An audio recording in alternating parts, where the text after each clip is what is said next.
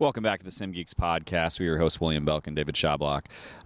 We have a couple firsts going on for this episode. For one, it's the first time that we've actually recorded an episode outside. So it's like 75 degrees. It's gorgeous here in Orlando, Florida, and we are sitting on the terrace outside of the convention center because the exhibit hall is closed, and we've had to vacate the space that we've housed for the last 4 days at this point.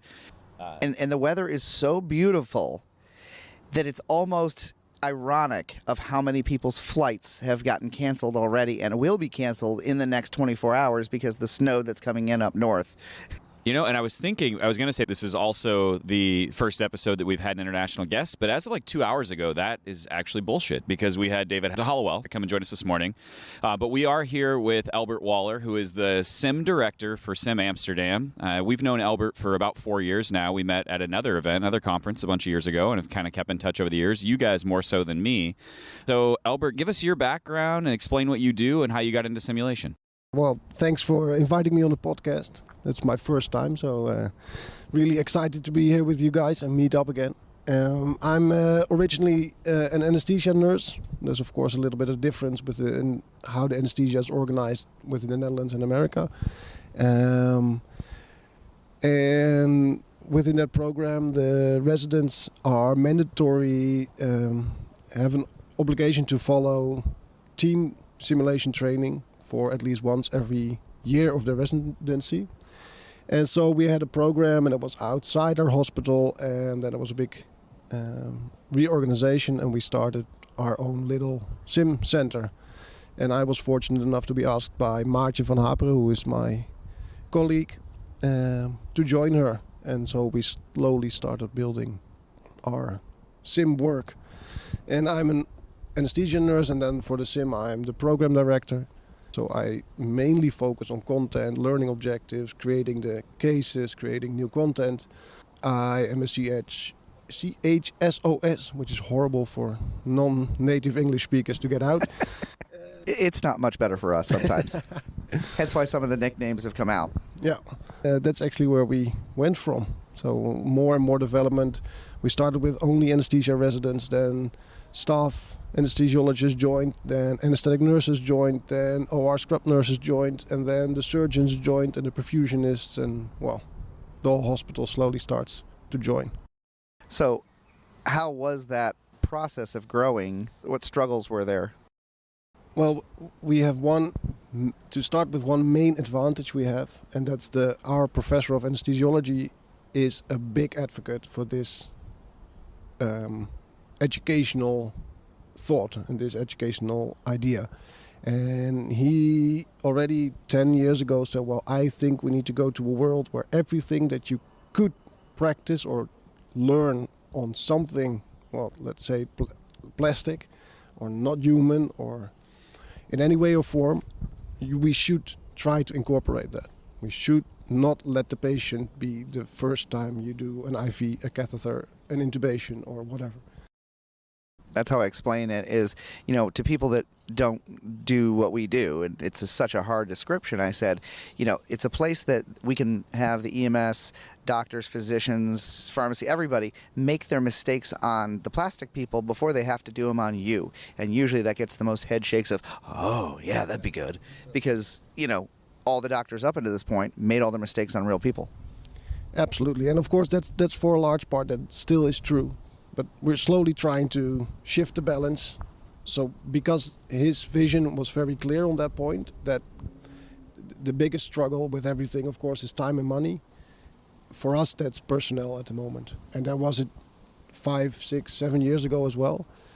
And then you need to convince people to not only provide the people to participate in the training, to be able to really go to team training and not just anesthesia-based training. And then not only to give the people to perform the training, but also pay for it. Now remind me, and I want to make sure you refresh my mind on this, but when we had a conversation when we first met, you guys were running your sim program in your live operating room, weren't you? Was that something you were using, either existing hospital space, or did you have a dedicated sim space at that time? Both. Okay, that's what I thought. So we have a really small, or we have a one-room sim center, and that is set up as an OR, the same as our normal OR, the same stuff, same anesthesia machine, same laparoscopic procedure stuff, difficult airway cards, etc.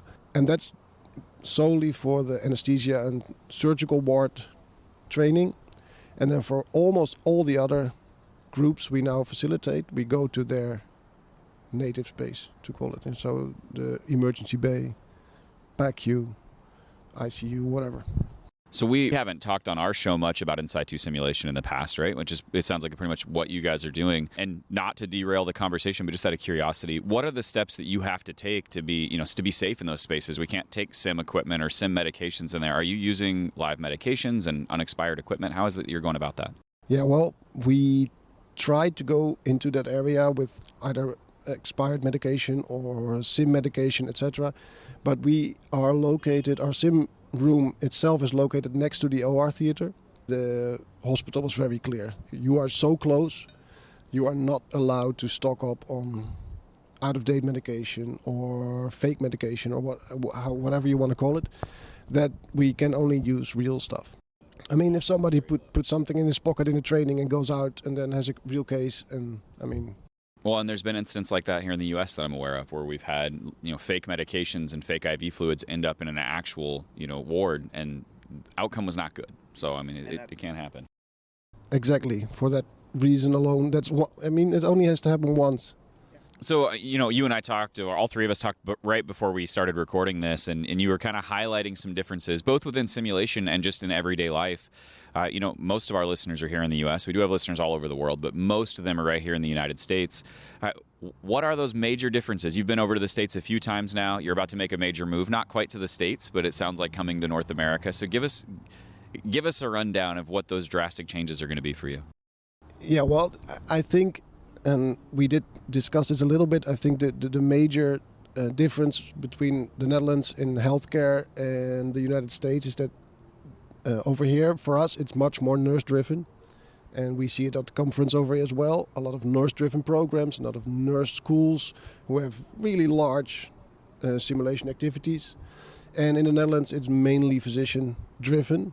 And only when you get enough support from the management layer above you, you can expand that to include nurse anesthetists and scrub nurses, etc.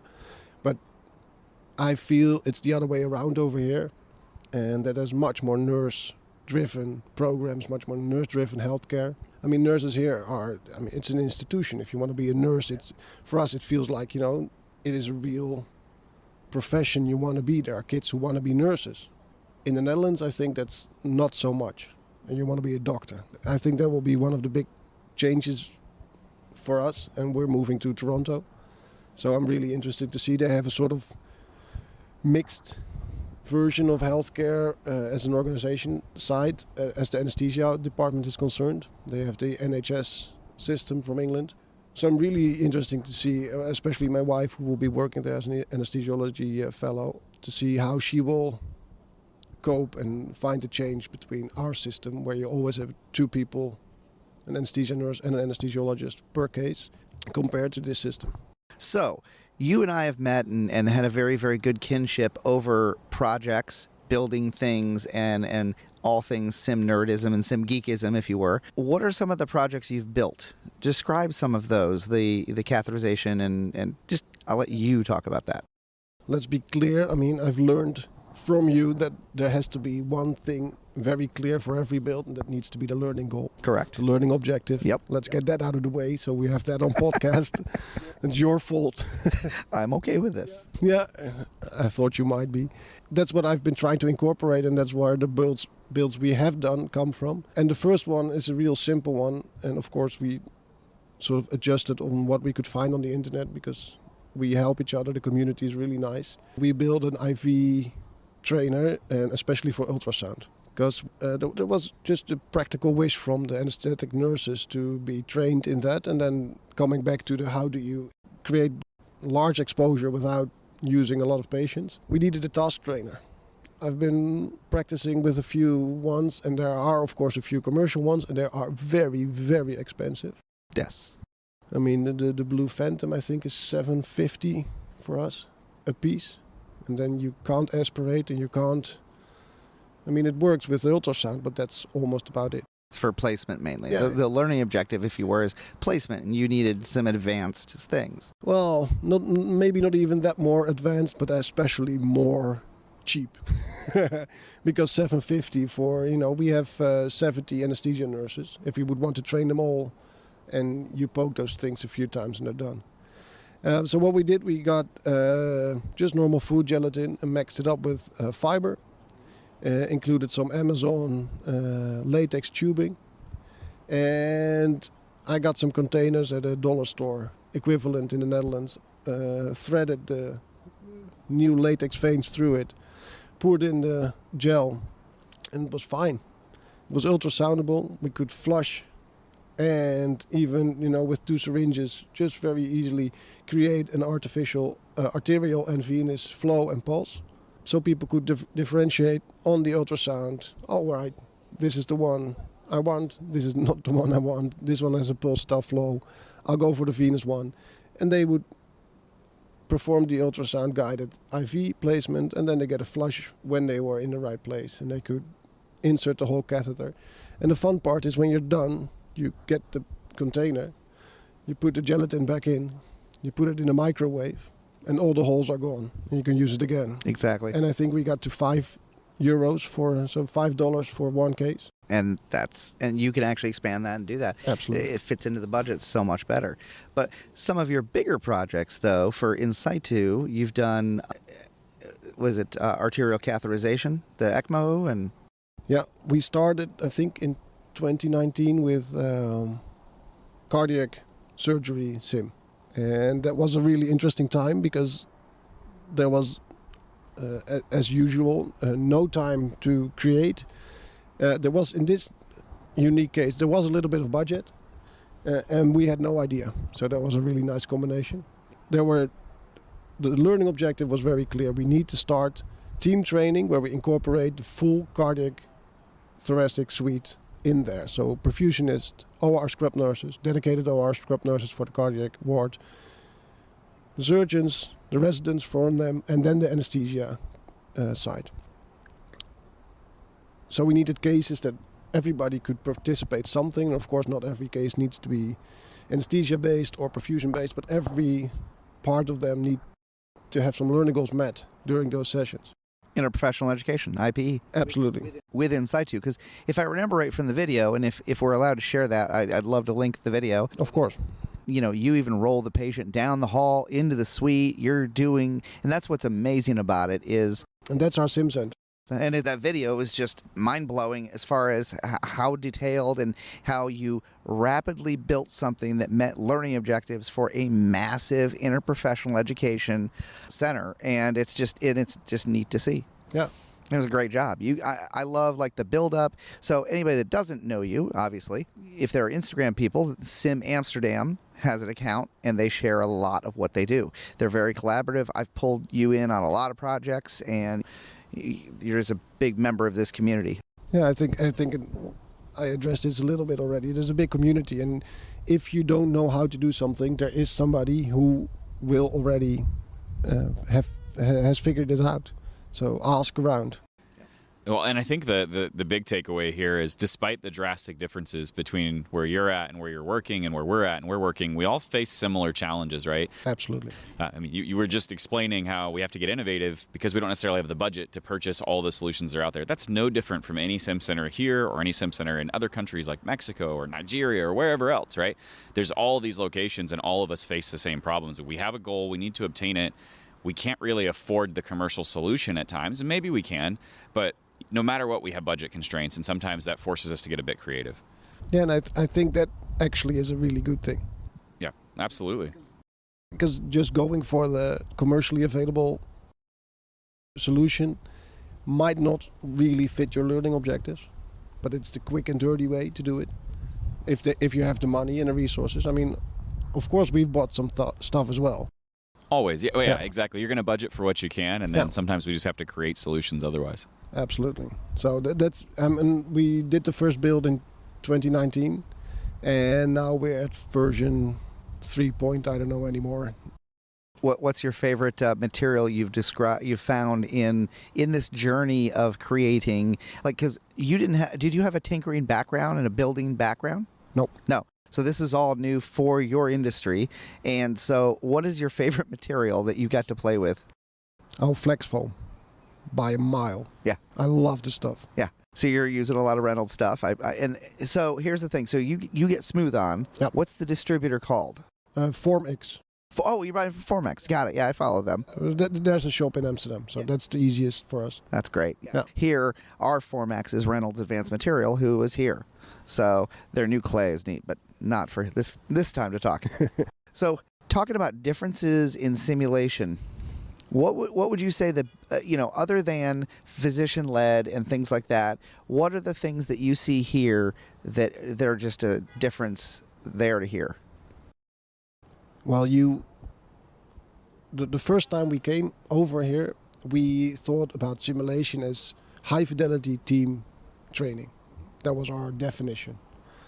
And then we came over here, and then you walk on the expo floor, you attend sessions, and then you learn that the definition gets broader and broader and broader and broader. So you include standardized patients and task trainers and all those kind of areas we hadn't even discovered before, and that is something that is way bigger in America than in the Netherlands. We don't.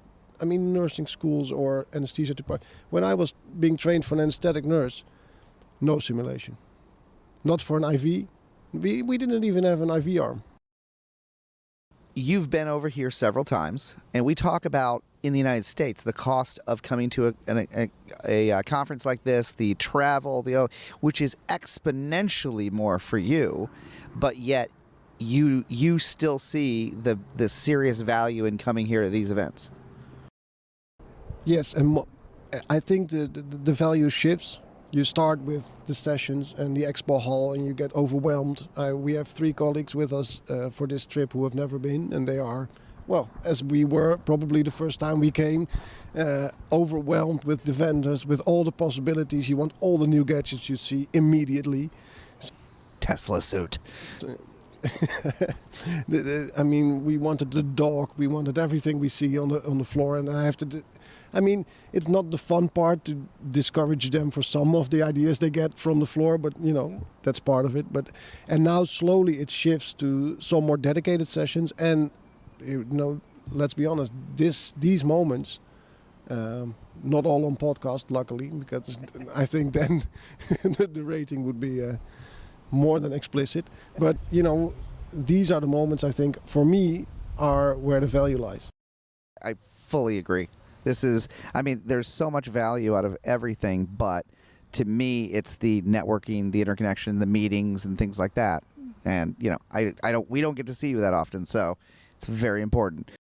Yeah, there's a significant number of people here who we see once a year, right? We communicate with throughout the year, but this is our one time we get to see them face to face. We get to do things like this. We get to sit down, and even then, there are more people here than I could possibly find time for in 2.5 days, 3 days. Like there are people that I haven't seen in a year that I've said hello to in passing, and we're just not going to have time to connect this week. It's going to happen.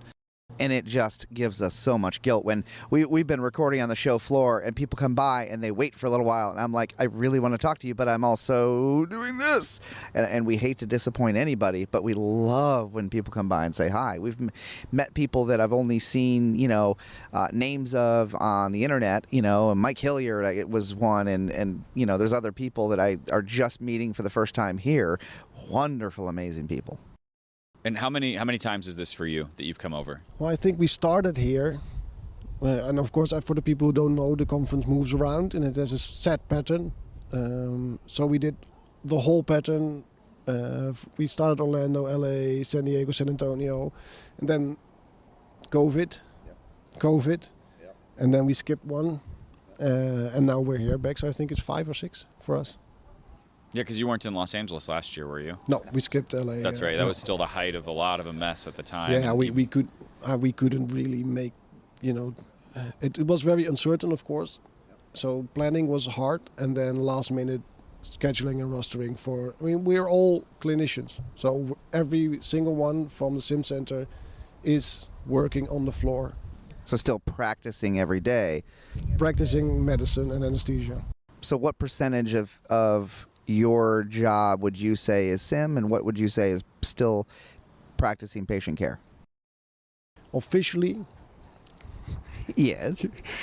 you want the HR answer. I think 25 or 50% of my time I'm sim, Okay. and the other 50, 75 I'm anesthesia. And those are the hours that are on a contract. Yep. And then there's the rest of the week. Right. So I don't think that's any different for anybody. No, we do. We tend to put a lot more in. Yeah, and I A think lot more in. Well, and coming here, you see what that gets you. Yes, it is. This is the battery recharge. This is the inspiration, and yeah, definitely. Well, and to be fair, at least for me, there is validation. It is. It's not just nice to talk to everybody, but it's nice to see that there are shared values and that you create a mindset together worldwide. Someone's having fun driving Yeah, a couple of guys drag racing out here in front of the convention center. with loud, obnoxious mufflers. So that's one of the biggest perks for being here. Yeah, and I would agree with that. There's times where I come here and I feel like, oh my God, we have this problem and we're struggling from it. And then you get here and everyone else is saying the same thing. You're like, okay, well, we're not alone.